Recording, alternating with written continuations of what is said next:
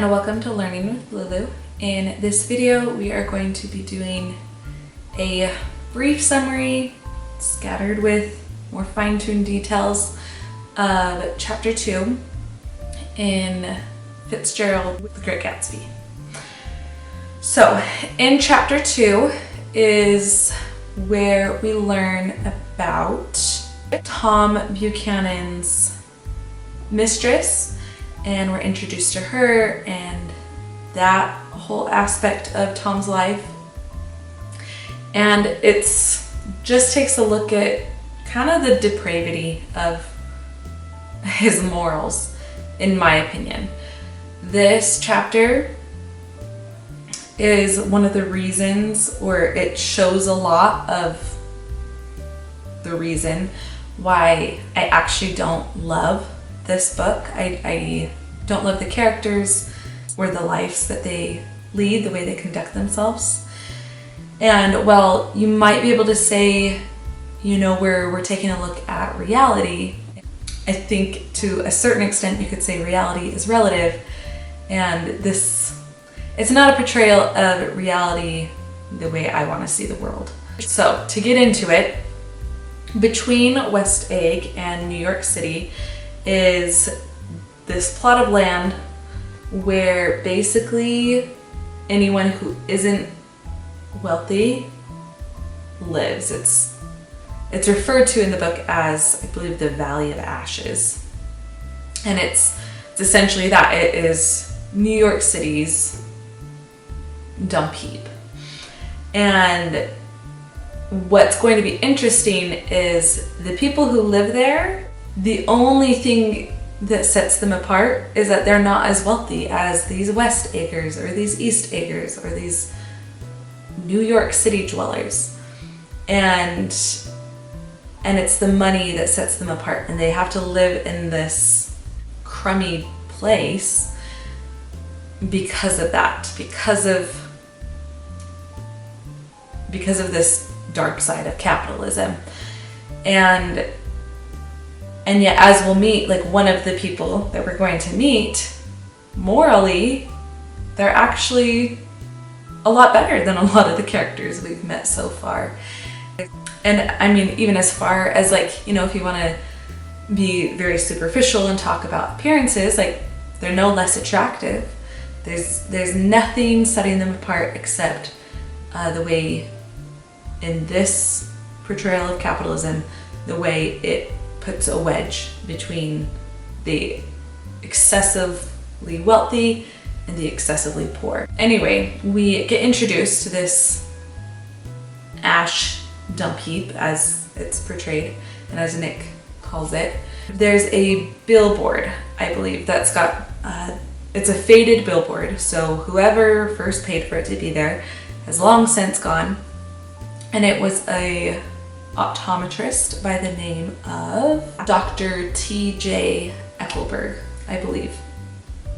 And, you know, it's got these faded glasses. I believe it says that, oh, how wide does it say his eyeballs are? It says his retinas are 1 yard high. So it's this giant billboard with these glasses that are faded, looking over a desolate area. And in the book, he says it's where ash gray men who move dimly and already crumbling through the powdery air. Just everything there is just described as gray and ash colored, which is interesting if you think about, you know, what produces ashes. It's something that burned hot and quickly, or like what's left over from something burning. And so, you know, you can kind of take it to be a critique of the, like, industrial side of things and how that has contributed to essentially the squalor that the poor have to live in. We have these two eyes looking out over this area, and they aren't ever really identified for their symbolic meaning. Nick doesn't really dwell on them too long. He talks about them, but we're not really given a clear understanding of what they symbolize. And so I'd be curious, as you go throughout this book, if you come back to this video perhaps, and if you've decided like what it symbolizes for you, I'd be very interested to know what you think those big billboard spectacle eyes symbolize.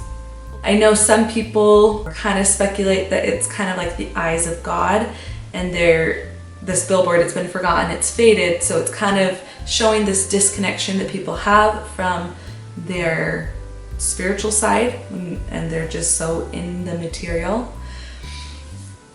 But that's never really verified either by our characters or Fitzgerald, I believe. So if you have a interpretation of those eyes, then please let me know in the comments down below. I would love to hear what you think. So Nick Carraway and Tom Buchanan one day are riding the train into the city together, and the train passes through this ash heap, and really abruptly and forcefully Tom says, "I want you to meet my girl," and he basically forces Nick from the train. Nick doesn't really have a choice.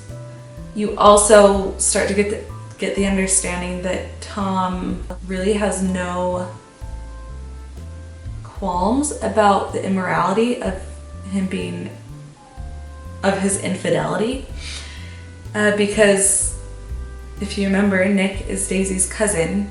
You would think that there would be some sort of familial offense taken. Nick just goes with Tom, and they go to a car garage where they meet this man, George Wilson. He's one of those characters that, as I just said, appearances, he's not an unattractive person. Morality, he's got way more morals than Tom, but he doesn't have money, and so he's looked down upon by everyone, including his wife, Myrtle, who is Tom's mistress. Tom and Nick show up at this George Wilson's garage. Tom says some somewhat taunting things to him. Then Myrtle, she shows up. I think she comes downstairs from like a apartment up above the garage, perhaps. That's what I understood. She's described really interestingly by Nick. You get the sense that there are definitely these beauty standards at the time of this book's writing, because Nick says that despite her stocky figure, there's something very sensuous about her, and he describes the way her dress is like stretched, I want to say stretched across like her hips, and there's just this vitality about her that doesn't really match her surroundings nor her husband. And I'm not saying, you know, she's got more vibrancy to her so she doesn't match her husband, but like you can see that she's energetically sets herself apart and sees herself as different from her surroundings and better than her surroundings, and maybe even better than her husband. By saying that Myrtle has vitality and her husband George doesn't, you can perhaps understand how someone who's just kind of run down by life may just have lost some of that energy and excitement that might be in someone else's eyes. The way Myrtle is portrayed though, there's this desperation to it, like the fact that she is seeing herself as better, and yet she's trapped in this neighborhood that she thinks she's better than. She's trapped in this marriage that obviously she doesn't give the appropriate respect or value to.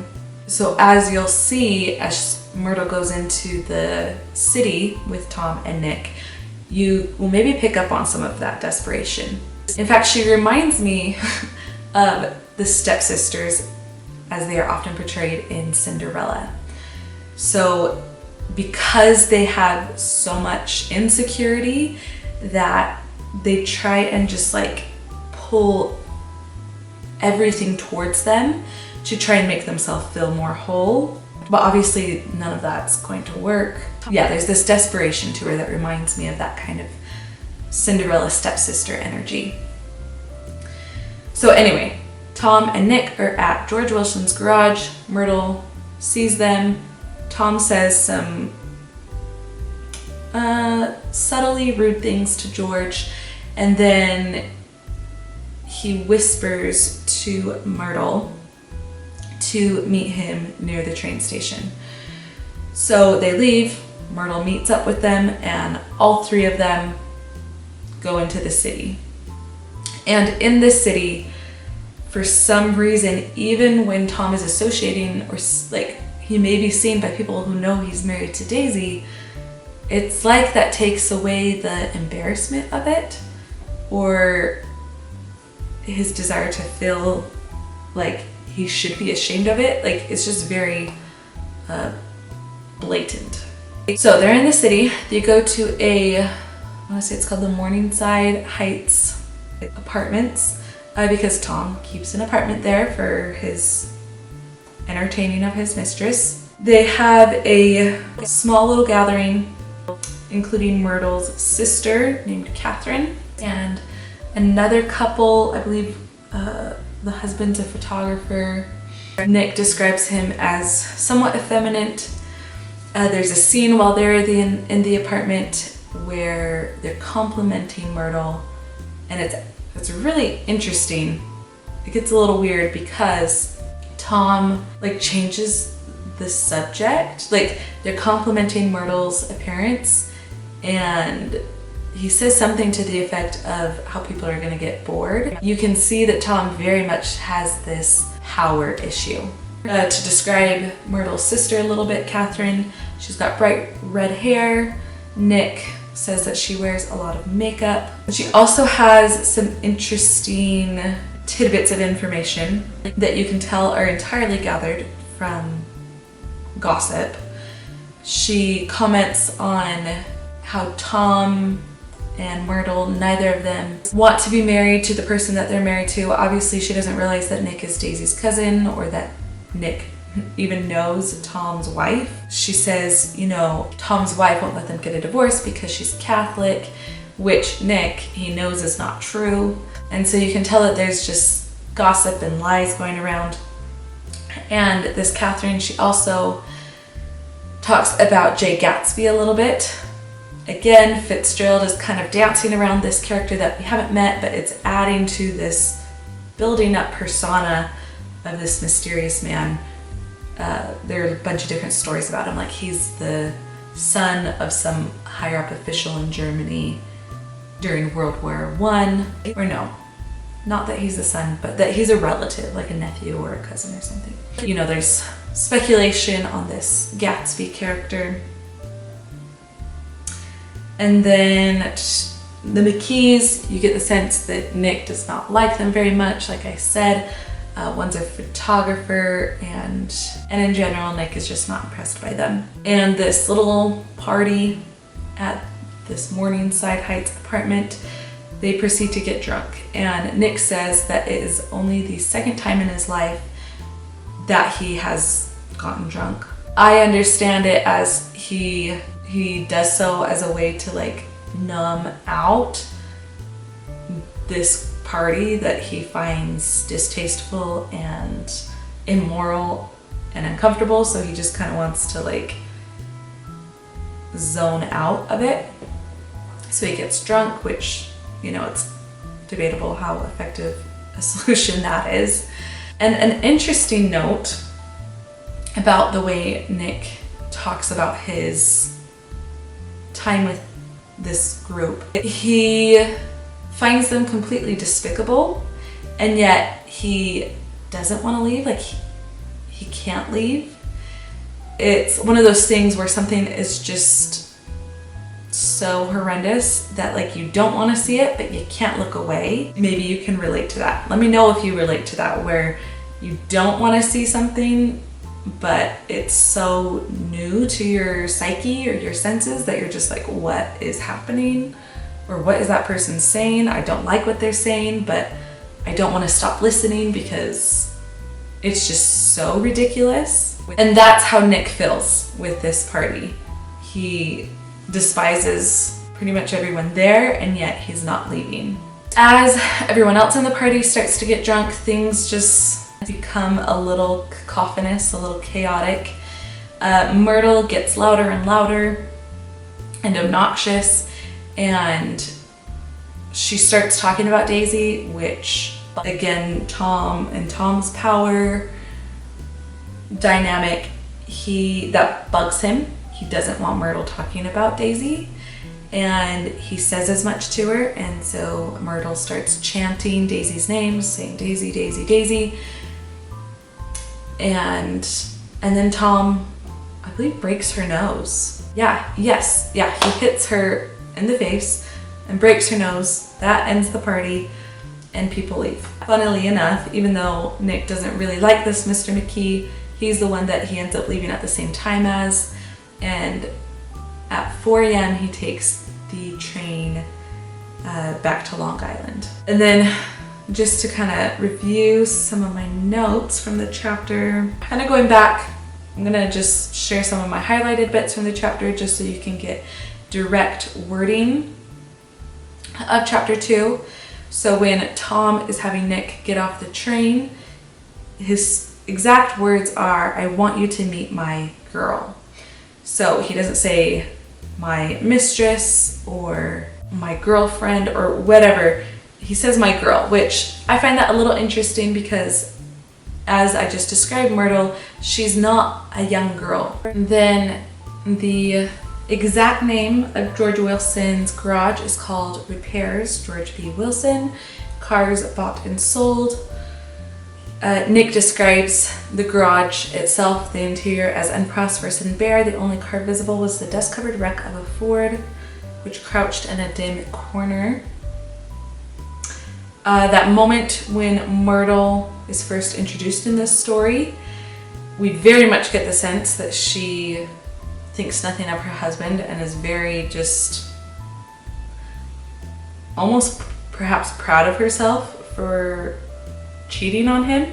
It says, she smiled slowly and, walking through her husband as if he were a ghost, shook hands with Tom, looking him flush in the eye. Then she wet her lips and, without turning around, spoke to her husband in a soft, coarse voice. So it's just kind of this icky person. And then, as I was saying earlier, this desperate vitality, someone who thinks she's better than her neighborhood, her marriage, all of that. Once they're in New York and she's with Tom, you really get a sense of her love of drawing things towards her. They're waiting for a taxi, and she lets 4 taxi cabs drive away before she selects a new one, a lavender colored with gray upholstery. So she's being picky about what taxi she'll get into. She sees someone selling dogs, and she says, "I want one." Tom gets her one because she says that. And then there's an interesting moment with that dog where she picks one out. She wanted a police dog, but all the guy had was an Airedale, and she thinks it's cute, so she wants it. And she asks if it's a boy or a girl. It says she asked delicately, and the person selling the dog says, that dog's a boy. And Tom says, "It's a bitch. Here's your money, go and buy 10 more dogs with it." And then they take Nick up to the apartment. He doesn't want to go, and Tom quickly says, "Myrtle'll be hurt if you don't come up to the apartment, won't you, Myrtle?" There's this manipulation. It's almost like he wants Nick to be complicit in his affair with Myrtle. Okay, and then that scene that I was talking about where they're admiring Myrtle and talking about taking a picture of her, Tom Buchanan yawns audibly and gets to his feet, and he says, "Oh, you guys need something to drink." And then he tells Myrtle to get more ice and mineral water before everybody goes to sleep. So it's like he's bored by anyone admiring this person who he's cheating on his wife with. So obviously he doesn't value her. None of this is about love. It's about power. And then we get this scene before the party broke up, where they're talking about Myrtle's husband, And you get the sense that he is a good guy. Even Myrtle says he was a gentleman, but obviously he doesn't make enough money, and she eventually became, perhaps, maybe something made her jaded on life, or she was just always this way. But it says she was crazy about him for a while. And she says, I married him because I thought he was a gentleman. I thought he knew something about breeding, but he wasn't fit to lick my shoe. So again, she sees herself as better than, and she doesn't see the humanity in everybody or the value in everybody, despite what their finances might look like. Yeah, those are some of the smaller details from the chapter that I wanted to share, just so that you have some of those smaller little details to kind of round out the summary. So that's chapter 2 of The Great Gatsby. Thank you so much for watching. Thank you for supporting the channel by watching these videos. Please make sure to subscribe, like, and share. Share specifically if you are a student, with other classmates, with friends. And yeah, I hope to see you back around. Thank you so much for watching Learning with Lulu, and see you on the next video.